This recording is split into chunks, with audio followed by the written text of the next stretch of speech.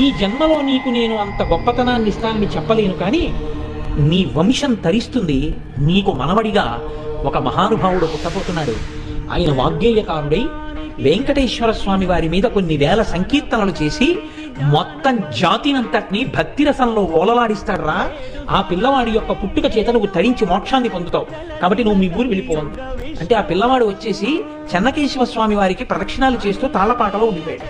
ఆ పిల్లవాడికే పెద్దయ్యాక కొడుకు పుట్టాడు, నారాయణ సూరి అని పేరు పెట్టారు. ఆ నారాయణ సూరి అతనికి లక్కమాంబ అని చెప్పేటటువంటి ఒక తల్లికిచ్చి వివాహం చేశారు కొడుకుని. ఆ కొడుకు కోడలికే మహానుభావుడు వెంకటాచలం వెళ్లి నారాయణ సూరి లక్కమాంబ స్వామి పుష్కరిణిలో స్నానం చేస్తే వెంకటేశ్వర స్వామి వారి నందక ఖడ్గం బయలుదేరి చిరుగంటలు మోగుతుండగా ఆవిడ కడుపులో ప్రవేశించినట్టు కలొచ్చి మహానుభావుడు వాగ్గేయకారుడు 32,000 సంకీర్తనలు చేసినటువంటి అన్నమాచార్యుల వారు కొడుకుగా పుట్టారు. పుట్టి ఆళ్లపాక అన్నమాచార్య అని పేరు వచ్చి